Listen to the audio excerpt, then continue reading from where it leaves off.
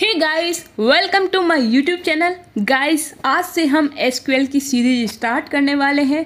Step by steps हम करने वाले हैं इसको, बेसिक टू एडवांस। अगर कोई न्यूली है ऑलरेडी अवेयर नहीं है एसक्यूएल के बारे में, तो ये वीडियो उनके लिए बहुत अच्छा रहेगा, क्योंकि हम इसमें बेसिक से लेके एडवांस तक इम्प्लीमेंट करने वाले हैं। बेसिक में हम जो भी क्वेरी पढ़ने वाले हैं, फर्स्ट ऑफ ऑल हम थ्योरेटिकल देखेंगे, क्या सिंटैक्स होता है, फर्स्ट ऑफ ऑल एसक्यूएल ही क्या होता है, इसके अंदर क्या क्या चीज़ें अंदर आने वाली हैं, वो सारी चीज़ें मैं आपको इंट्रोडक्शन पार्ट में दिखाने वाली हूँ। इसके बाद हम प्रैक्टिकल भी करने वाले हैं। तो एक जल्दी से स्टार्ट करते हैं वीडियो को। अगर आप अगली जो मेरे पार्ट्स हैं एसक्यूएल के वो मिस नहीं करना चाहते, तो जल्दी से चैनल को लाइक सब्सक्राइब कर लीजिए एंड नोटिफिकेशन बेल भी आप ऑन कर सकते हैं। ठीक है गाइस, तो चलते हैं। फर्स्ट ऑफ ऑल हम देख लेते हैं कि हम इस कोर्स में क्या क्या कवर करने वाले हैं। तो देखिएगा, कंप्लीट करेंगे एसक्यूएल विद नोट्स के साथ, जिसमें introduction, data types, create table and create database, insert, update, delete and alter, जो भी इनकी क्वेरी हैं, सिंटैक्स है, वो सारा कुछ हम करने वाले हैं। Select, how to import Excel file, ये सारी चीज़ें आप देख सकते हैं जो भी हम इस सीरीज़ में करने वाले हैं। तो सबसे पहले हम स्टार्ट करते हैं, what is SQL and database. Introduction से हम स्टार्ट करेंगे। ठीक है गाइस, ये पार्ट 1 है। इसी तरह से डिफरेंट पार्ट आएंगे आपको बेसिक टू एडवांस लेवल तक। सो इंट्रोडक्शन में क्या पढ़ेंगे हम, what is SQL, its application, SQL versus no SQL, types of SQL commands, what is database and Excel versus database and SQL. ठीक है guys, so what is SQL. First of all हमें SQL की full form पता होनी चाहिए, that is structured query language. So SQL is a programming language use to interact with database. So guys, हमारे पास जो भी डेटाबेस होता है, एसक्यूएल क्या करता है, उससे इंटरेक्ट करने में ये हमारी हेल्प करता है, और इसलिए ये एसक्यूएल हम यूज करते हैं। ठीक है गाइस, उसके बाद इसको 4 एप्लीकेशन में डिवाइड किया गया है। वो होता है क्रूड।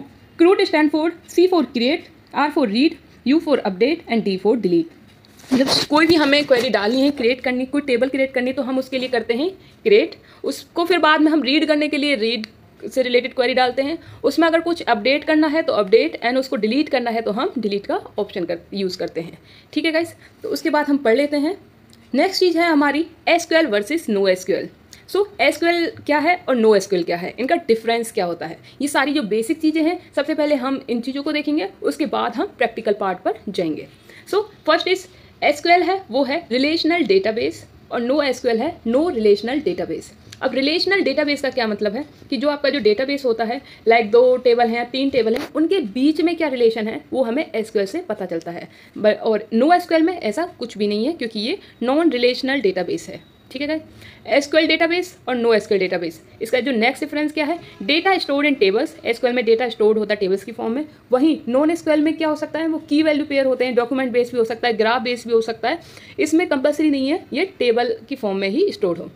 नेक्स्ट पॉइंट है एसक्यूएल का, दिस डेटाबेस हैव फिक्स्ड और स्टैटिक प्री डिफाइंड स्कीमा। इसका स्कीमा है वो ऑलरेडी प्री डिफाइन होता है, लेकिन डायनेमिक इसमें जो नॉन रिलेशनल और नो एसक्यूएल डेटाबेस में ये डायनेमिक होता है, चेंज होता है, जो बेनिफिशियल है।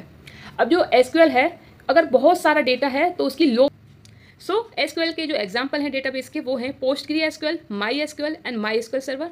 एंड नो एसक्यूएल डेटाबेस के हैं मोंगोडीबी, कैसेंड्रा एंड एचबेस। ठीक है गाइस, अब हम कुछ एसक्यूएल की कमांड्स हैं, उसको 3 टाइप्स में हम डिवाइड करते हैं। इसको इंटरव्यू में भी पूछते हैं, इंटरव्यू पॉइंट से भी बहुत इंपॉर्टेंट चीज़ है। तो आप ये जो PDF है आप डिस्क्रिप्शन बॉक्स से डाउनलोड कर सकते हैं, वहाँ रिवीजन के लिए भी आप अपने पास रख सकते हैं, या फिर आगे फ्यूचर में किसी इंटरव्यू के लिए प्रिपेयर करना हो तो उसके लिए भी यूज़ कर सकते हैं। तो DDL क्या होता है, DML क्या होता है, DCL क्या होता है, इनकी हमें सबसे पहले फुल फॉर्म पता होनी चाहिए, क्योंकि उन फुल फॉर्म में ही इसके मीनिंग हैं।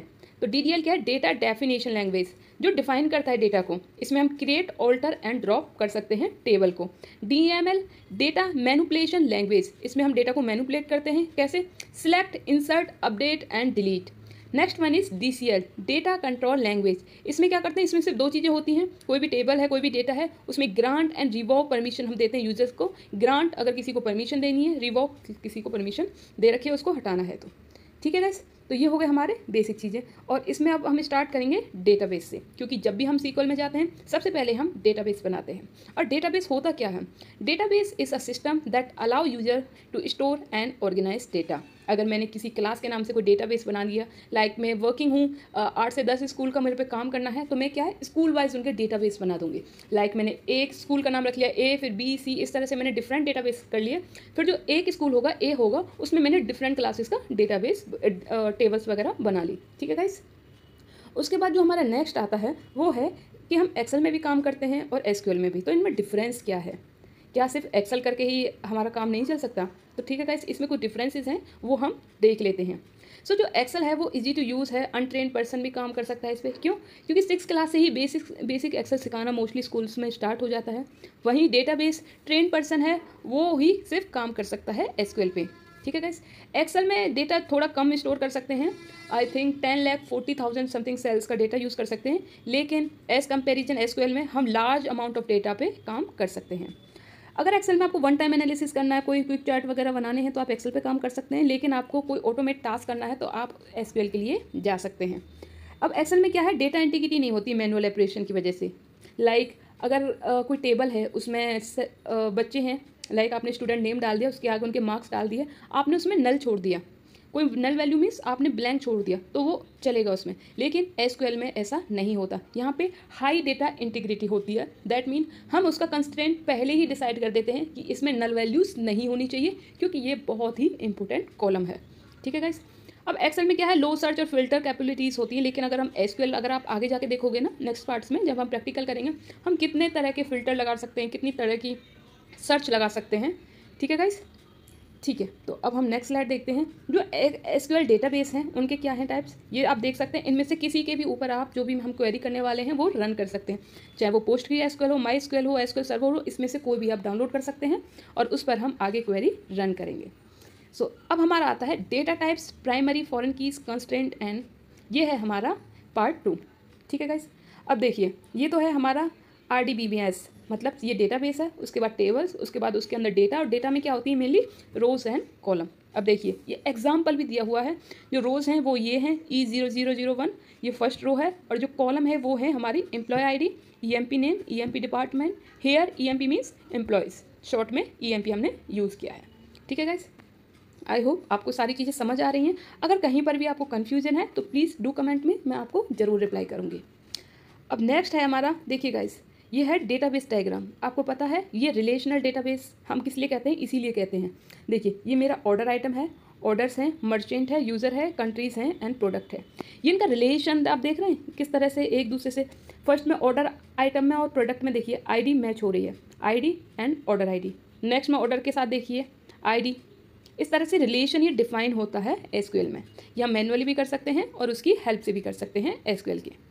अब नेक्स्ट है क्रिएटिंग डेटाबेस एंड टेबल।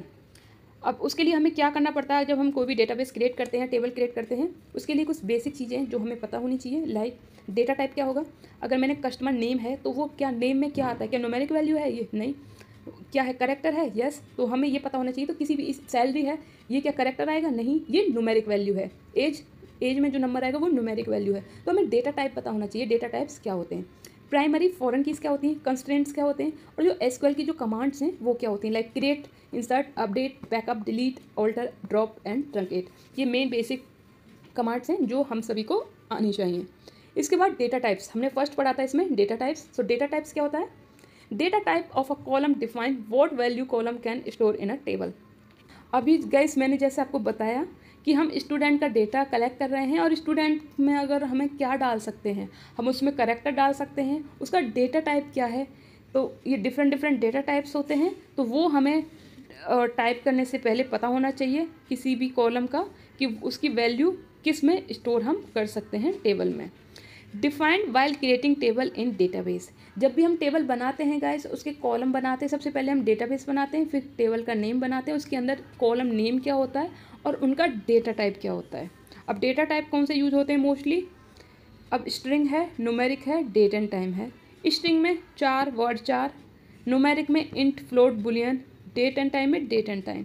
अब स्ट्रिंग में 4 बार 4 क्या होते हैं, इंट, फ्लोट, बुल क्या होते हैं, ये नेक्स्ट स्लाइड में मैं आपको बताऊंगी। अब देखिए, इंट यूज होता है इंटीजर वैल्यू, जैसे कि 0, 1, 2, 3। फ्लोट यूज होता है डेसिमल पॉइंट हो, जैसे 12.06, 13.9, इस तरह से। और बुलियन यूज़ होता है, बुल हम यूज़ करते हैं उसको अगर कोई वैल्यू ट्रू है या फॉल्स है, कि क्या सारे बच्चे ए ग्रेड के हैं, ट्रू है या फॉल्स है, इस तरह से।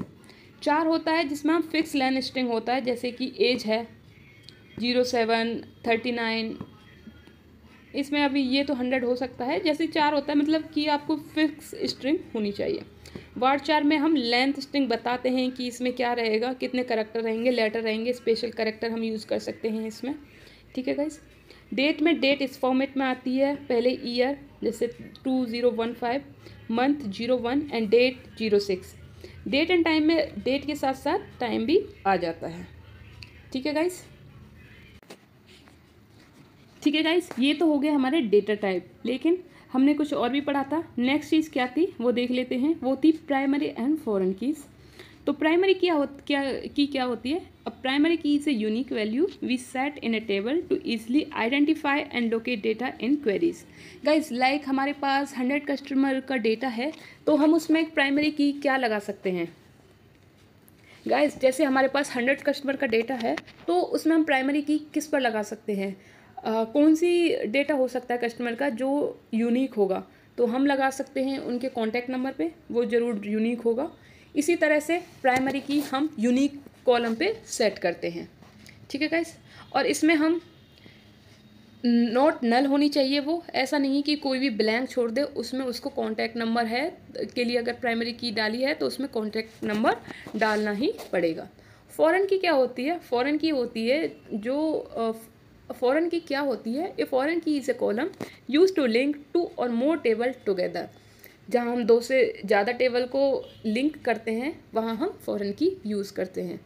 लेकिन इसमें क्या डिफरेंस है? फॉरेन की में नल वैल्यूज़ हो सकती हैं, डुप्लीकेट वैल्यूज़ हो सकती हैं। इंटरव्यूअर आपसे पूछ सकता है कि प्राइमरी एंड फॉरेन की में डिफरेंस क्या है, तो इसमें यही डिफरेंस है। प्राइमरी की में नल वैल्यू नहीं होती है और यूनिक होती है, जबकि फॉरेन की में डुप्लीकेट वैल्यू हो सकती है और नल वैल्यूज़ भी हो सकती हैं। अब आता है हमारा नेक्स्ट कंस्ट्रेंट। कंस्ट्रेंट क्या होता है? So constraint are use to specify rules for data in a table. ये रूल्स को जो भी रूल्स होते हैं कोई भी टेबल्स के लिए हम स्पेसिफाई करते हैं डेटा के लिए इन अ टेबल, ये कंस्ट्रेंट हम यूज़ करते हैं। अब इसका एग्जाम्पल देख लीजिए पहले। Constraint can be specified when the table is created with the create table statement. After the table is created with older table statement. तो क्या होगा? create table, टेबल का नाम डाल दिया, कॉलम 1 क्या है? मेरा कस्टमर नेम है, डेटा टाइप मैंने डाल दिया varchar। तो कंस्ट्रेंट क्या है यहाँ पे?